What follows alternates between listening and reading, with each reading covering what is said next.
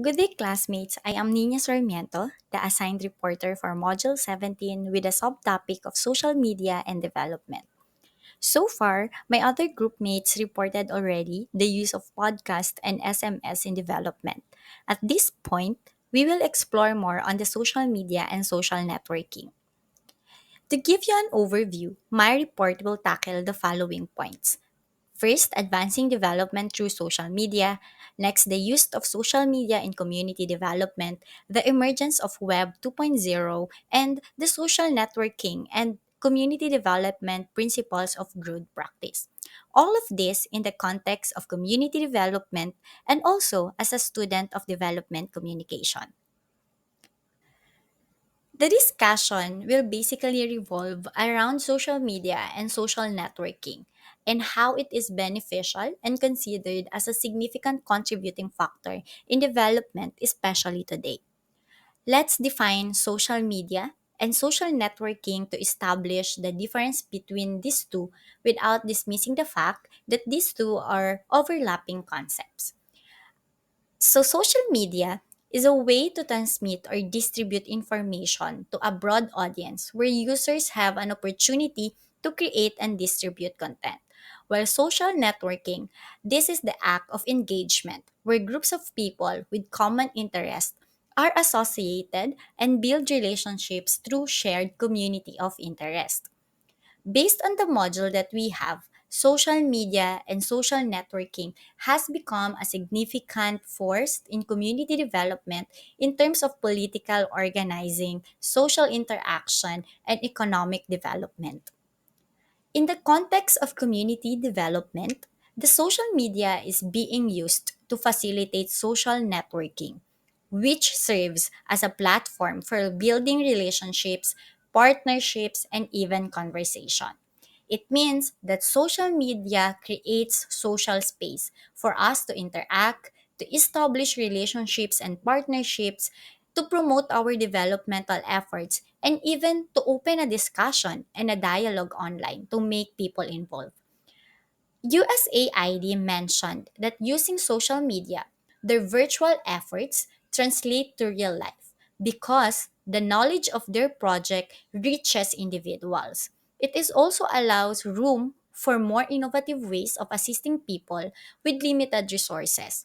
Given all the information and definitions, it led to a question of how can we advance development through social media? The use of social media highlighted its significance to different development efforts and projects around the globe, whether it's from individual perspective to organization view. It is noteworthy that social media helps to advance development by connecting us to different people, educate our stakeholders on the important issues that affect their lives, open an avenue and platform to engage in conversations and discussions online, and also to promote and disseminate information that can address a certain community problem or up to global issues. Because of the arising digital technologies today, it is evident that web is becoming more known to everyone globally. At this point, let's talk about the emergence of Web 2.0. Web 2.0, according to Addison, is used to describe a countless web applications. It allows users to create content, interact, and collaborate in a user-generated virtual type community. These web applications provide sharing and collaboration of interactive information through the use of internet, whether it is in the form of text, images, audio, or video. Because of its emergence, it has transformed the content quality of social media. It has allowed for greater connectivity and interaction for social networking, and the quality and quantity of social media and social networking sites are becoming countless. Before, there's no video call at all, but because of these developments, we can now talk virtually, seeing faces while conversing as if we are meters away from the person we are talking to. Almost everything today using the web has become real time already without thinking the distance. Because of this drastic transformation that led to Web 2.0, let's describe some examples of these tools for communication. First is blogs or blogging. It is the combination of the words web and log and involves the posting of commentary or news on a particular subject. Users can either view the content passively or, if allowed, can react to posts and contribute content. So we have the examples here: bloggers, WordPress, and X, or formerly Twitter. X considers as blog because it enables users to send and read others users' messages of text-based posts made up to 140 characters before, which is called tweets. But today, because it continuously transforming, it has now 280 character limits for free accounts and 25,000 for X Premier subscribers. Next is the use of wikis. Um, the use of wikis, it provides content on web pages that other users can edit. These sites are an excellent option for individuals who wish to coordinate information, collaborate and share ideas on various social media content, and track changes that many individuals would like to have input on. Example of these are Google Docs, Wikispaces, and Wikipedia. As we all know, Wikipedia is the free encyclopedia because anyone can edit it. It's the most present example of the peer-reviewed site where users can establish or edit existing content on almost any subject imaginable. Next is electronic mailing list. It allows users to email information to others users or subscribers on a list. Example of this are listserv and dada mail.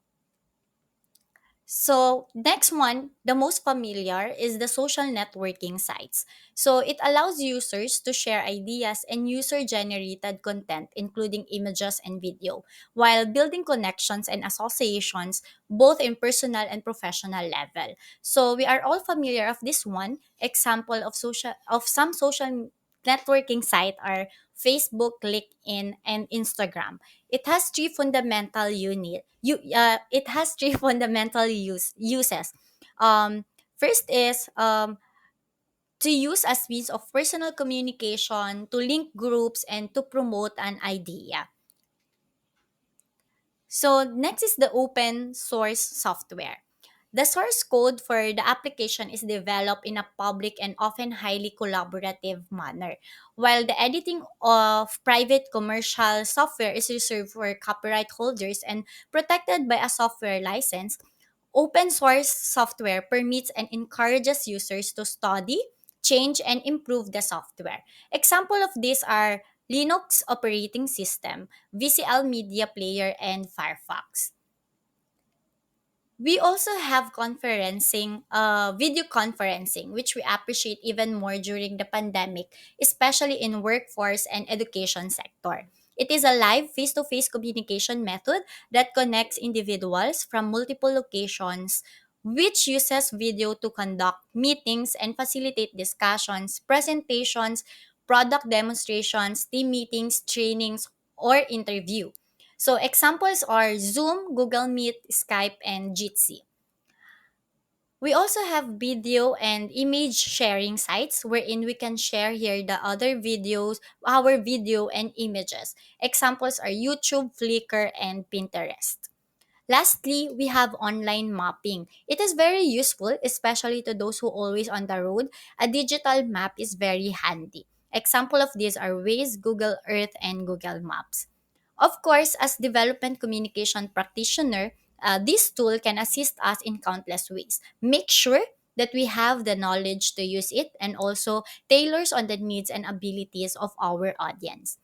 According to Paul Lachapelle, the social media and social networking has great potential if being used as a community development tool to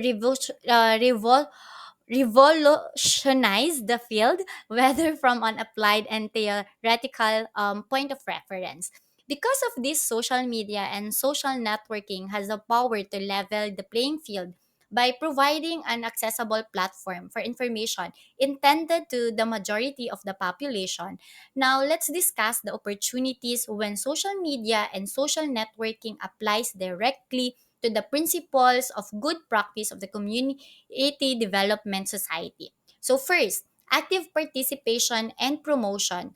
With the emergence of social media, people have shown activeness in participating on what is happening right now. It helps people to be more creative in talking with family that are very much away.